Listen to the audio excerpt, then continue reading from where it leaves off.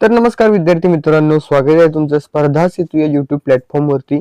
आज तारीख आहे 26 ऑगस्ट आणि आज आपण पाहणार आहोत 26 ऑगस्टच्या सर्व लेटेस्ट चालू घडामोडी, ते पण MCQ आणि एक्सप्लेनेशन फॉर्मॅटमध्ये. व्हिडिओ सुरू करायच्या आधी जर चॅनलवरती नवीन असाल तर चॅनलला सबस्क्राईब करायला विसरू नका, कारण सर्वात जलद आपल्या चॅनलवरती करंट अफेअर्स येत असतात. तर चला सुरुवात करूया आजच्या आपल्या पहिल्या प्रश्नाला. आजचा आपला पहिला प्रश्न आहे, भारत चीन सीमा प्रश्नावर 25वी स्पेशल रिप्रेझेंटेटिव्ह बैठक कुठे झाली? पर्याय आहेत नवी दिल्ली, बीजिंग, मुंबई आणि शांघाय. तर याचं योग्य उत्तर आहे बीजिंग. तर याबद्दल थोडीशी आपण अधिक माहिती घेऊयात.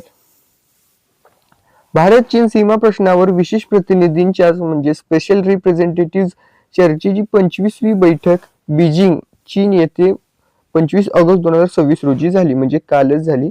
बैठकीची प्रमुख माहिती तर भारतीय प्रतिनिधी, भारताचे राष्ट्रीय सुरक्षा सल्लागार आणि सीमा प्रश्नावरील विशेष प्रतिनिधी अजित डोवाल सर, चीनचे प्रतिनिधी, चीनचे परराष्ट्र मंत्री आणि कम्युनिस्ट पक्षाच्या पॉलिट ब्युरोचे सदस्य वांग यी सह अध्यक्षता दोन्ही नेत्यांनी या बैठकीत सह अध्यक्षपद भूषवले.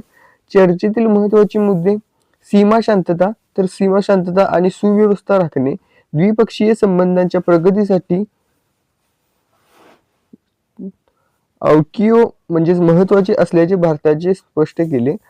पुनरुत्थान, तर कैलास मानसरोवर यात्रा आणि सीमा व्यापार यांसारख्या लोक ते लोक आणि सीमा व्यापार संपर्कांच्या सातत्यपूर्ण पुनरुद्धानाबाबत दोन्ही बाजूंनी समाधान व्यक्त केले.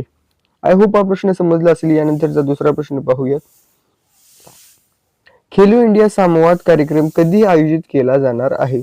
पर्याय आहेत 25 ऑगस्ट, 27 ऑगस्ट, 29 ऑगस्ट आणि 31 ऑगस्ट. तर याचं योग्य उत्तर आहे 27 ऑगस्ट. तर याबद्दल थोडीशी अधिक माहिती घेऊयात. खेलो इंडिया संवाद खेल की बात PM के साथ हा देशव्यापी कार्यक्रम 27 ऑगस्ट 2026 रोजी राष्ट्रीय क्रीडा दिनानिमित्त आयोजित केला जाणार आहे. कार्यक्रमाची प्रमुख वैशिष्ट्ये, आविष्काराचे ठिकाण, तर देशातील सुमारे 1500हून अधिक शैक्षणिक संस्था आणि केंद्रावर हा कार्यक्रम होईल. प्रधानमंत्री नरेंद्र मोदींचे संबोधन, तर पंतप्रधान नरेंद्र मोदी यांच्या दरम्यान व्हर्च्युअल माध्यमातून म्हणजे ऑनलाईन देशभरातील तरुणांशी संवाद साधतील. आयोजक तर युवा व्यवहार आणि क्रीडा मंत्रालयाअंतर्गत येणाऱ्या मेरा युवा भारत म्हणजे माय भारत या संस्थेमार्फे याचे आयोजन केले जात आहे. तर यानंतरचा दुसरा प्रश्न पाहूयात. कार्बन पाठशाला उपक्रम कोणत्या संस्थेशी संबंधित आहे? पर्याय आहेत इस्रो, ICAR CCARI, DRDO आणि CSIR NCL. तर याचं योग्य उत्तर आहे ICAR CCARI. आता याबद्दल थोडीशी अधिक माहिती घेऊयात. कार्बन पाठशाला हा उपक्रम ICAR भारतीय मृदा विज्ञान संस्था, ICAR म्हणजे Indian institute of soil science Bhopal, core carbon x solution private limited आणि GIZ इंडिया म्हणजे GIZ इंडिया यांच्या सहकार्याने संबंधित आहे. महत्वाची माहिती, तर उद्देश काय आहे, तर शेतकऱ्यांना कार्बन मार्केट, कृषी कार्बन क्रेडिट्स आणि पुनरुत्पादन कृषी पद्धतींची म्हणजे रिजनरेटिव्ह ॲग्रिकल्चरची माहिती देणे हा या उपक्रमाचा मुख्य हेतू आहे. पहिली पाठशाला तर विदिशा जिल्ह्यातील शेतकऱ्यांसाठी या विषयावर एका विशेष कार्यक्रमाचे आयोजन करण्यात आले होते. आय होप हा प्रश्न समजला असेल. यानंतरचा दुसरा प्रश्न पाहूयात.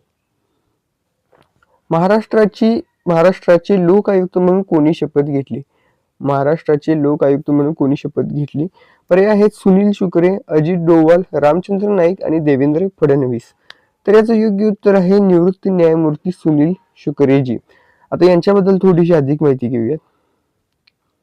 मुंबई उच्च न्यायालयाचे सेवानिवृत्त न्यायमूर्ती सुनील बाळकृष्ण शुक्रे यांनी 25 ऑगस्ट 2026 रोजी महाराष्ट्राचे नवे लोकायुक्त म्हणून शपथ घेतली. शपथविधीची माहिती, तर शपथ देणारे अधिकारी राज्यपाल जिष्णू देव शर्मा म्हणजे यांनी त्यांना शपथ दिली आणि स्थान होतं लोकभवन मुंबई. उपस्थिती शपथविधी सोहळ्यास मुख्यमंत्री व इतर मान्यवर उपस्थित होते. थोडी अधिक माहिती सांगायची झाली तर कार्यकाळ आहे, लोकायुक्त पदाचा कार्यकाळ हा 5 वर्षाचा असतो. कायद्याची चौकट, तर न्यायमूर्ती सुनील शुक्रे यांची नियुक्ती सुधारित महाराष्ट्र लोकायुक्त कायद्यानुसार करण्यात आली आहे. या नवीन कायद्यानुसार लोकायुक्त संस्थेत 1 अध्यक्ष आणि 4 सदस्य, ज्यामध्ये न्यायालयीन आणि गैर न्यायालयीन सदस्य समाविष्ट आहेत आणि 4 सदस्य असतात. आय होप हा प्रश्न समजला असेल, थोडासा इम्पॉर्टंट आहे. आता यानंतरचा दुसरा प्रश्न पाहूया. समग्र शिशु बाल स्वस्थ कार्यक्रम संदर्भात आज कोणते मंत्रालय राष्ट्रीय कार्यशाळा आयोजित करत आहे? पर्याय आहेत शिक्षण मंत्रालय, आरोग्य व कुटुंब कल्याण मंत्रालय, बाल व बाल विकास मंत्रालय आणि ग्रामीण विकास मंत्रालय. तर याचं योग्य उत्तर आहे आरोग्य व कुटुंब कल्याण मंत्रालय. आता याबद्दल थोडीशी अधिक माहिती घेऊया. समग्र शिशु बाल स्वास्थ्य कार्यक्रम म्हणजे SSBSK संदर्भात केंद्रीय आरोग्य आणि कुटुंब कल्याण मंत्री म्हणजे minister of health and family welfare राष्ट्रीय कार्यशाळा आयोजित करत आहे. या कार्यशाळेची ठळक वैशिष्ट्ये खालीलप्रमाणे आहेत. आयोजक आहेत केंद्रीय आरोग्य कुटुंब कल्याण मंत्रालयाचा बाल आरोग्य विभाग आणि राष्ट्रीय आरोग्य मिशन म्हणजेच NHM. तर कालावधी आहे ही 2 दिवसीय राष्ट्रीय ओरिएंटेशन कार्यशाळा 24 आणि 25 ऑगस्ट 2026 रोजी आयोजित करण्यात आली होती. स्थान आहे हॉटेल हयात प्लेस, छत्रपती संभाजीनगर, महाराष्ट्र. उद्देश होते पहिले 3 साल संपूर्ण देखभाल. या संकल्पनेवर आधारित जन्मापासून 36 महिन्यापर्यंतच्या बालकांच्या आरोग्याची डिजिटल ट्रॅकिंगद्वारे प्रभावी अंमलबजावणी करणे. आय होप प्रश्न समजला असेल. यानंतरचा दुसरा प्रश्न पाहूयात. भारत सरकार सध्या कोणत्या आजाराच्या सीझनल ट्रेंड्सवर लक्ष ठेवत आहे? पर्याय आहेत डेंग्यू, सीझनल इन्फ्लुएन्झा, मलेरिया आणि चिकनगुनिया. तर याचं योग्य उत्तर आहे सीझनल इन्फ्लुएन्झा. आता याबद्दल थोडीशी अधिक माहिती घेऊयात. भारत सरकार सध्या प्रामुख्याने seasonal influenza H1N1, swine flu आणि पावसाळी आजारांच्या डेंग्यू, मलेरिया ट्रेंडवर लक्ष ठेवून आहे. सध्या सुरू असलेल्या आरोग्य यंत्रणेच्या आढाव्यातील महत्त्वाचे मुद्दे खालीलप्रमाणे आहेत. सीझनल इन्फ्लुएन्झा H1N1 आणि श्वसन आजार सतत देखरेख.